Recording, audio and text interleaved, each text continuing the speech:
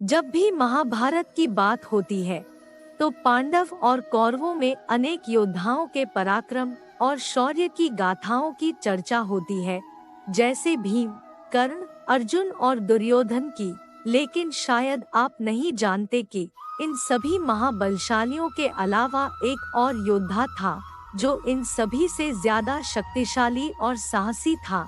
इतना ही नहीं, उसने पूरा महाभारत के युद्ध को अपने कटे हुए सिर से देखा था। इस योद्धा का नाम था बर्बरीक, जिसके पास एक ऐसा बाण था जिससे वह तीनों लोकों पर विजय प्राप्त करने की क्षमता थी।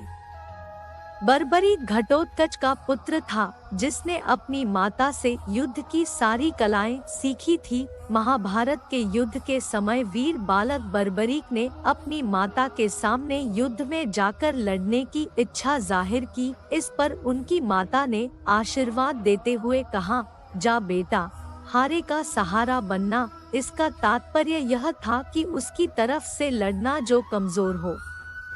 अपनी माँ का आशीर्वाद लेकर बर्बरीक युद्ध भूमि की तरफ बढ़ चला। साथ में अपने साथ 3 तीर भी रख लिए। यह तीर बर्बरीक की तपस्या से प्रसन्न होकर देवी माता ने दिए थे।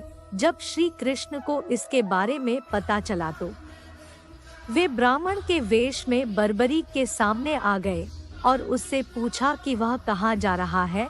बर्बरीक ने बताया कि वह युद्ध में शामिल होने कुरुक्षेत्र जा रहा है।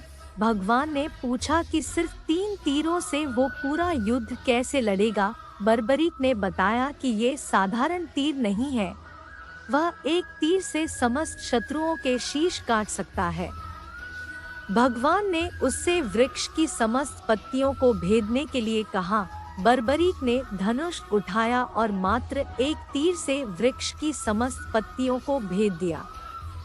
भगवान ने एक पत्ता अपने पैर के नीचे छुपा लिया तो तीर उनके पैर के पास आकर मंडराने लगा।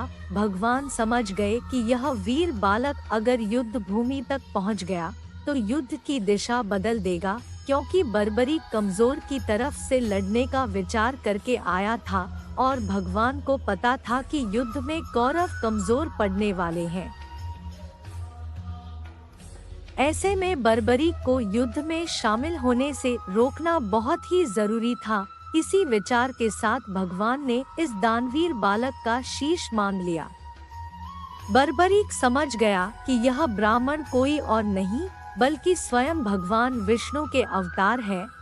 उन्होंने अपना शीश काटकर भगवान के चरणों में अर्पित कर दिया और शीश के दानी कहलाए। बर्बरीक ने इच्छा प्रकट की थी कि वह युद्ध को देखना चाहता है, इसलिए भगवान ने उनका शीश एक ऊंचे स्थान पर स्थापित कर दिया ताकि वह युद्ध को अपनी आंखों से देख सके। इसी के साथ भगवान ने कहा कि दुनिया तुझे हारे का सहारा नाम से बुलाएगी और तुझे मेरे यानी श्याम के नाम से जाना जाएगा। युद्ध समाप्ति के बाद पांडव इस बात पर विवाद करने लगे कि उन 5 में से कौन सबसे ज्यादा वीरता से लड़ा।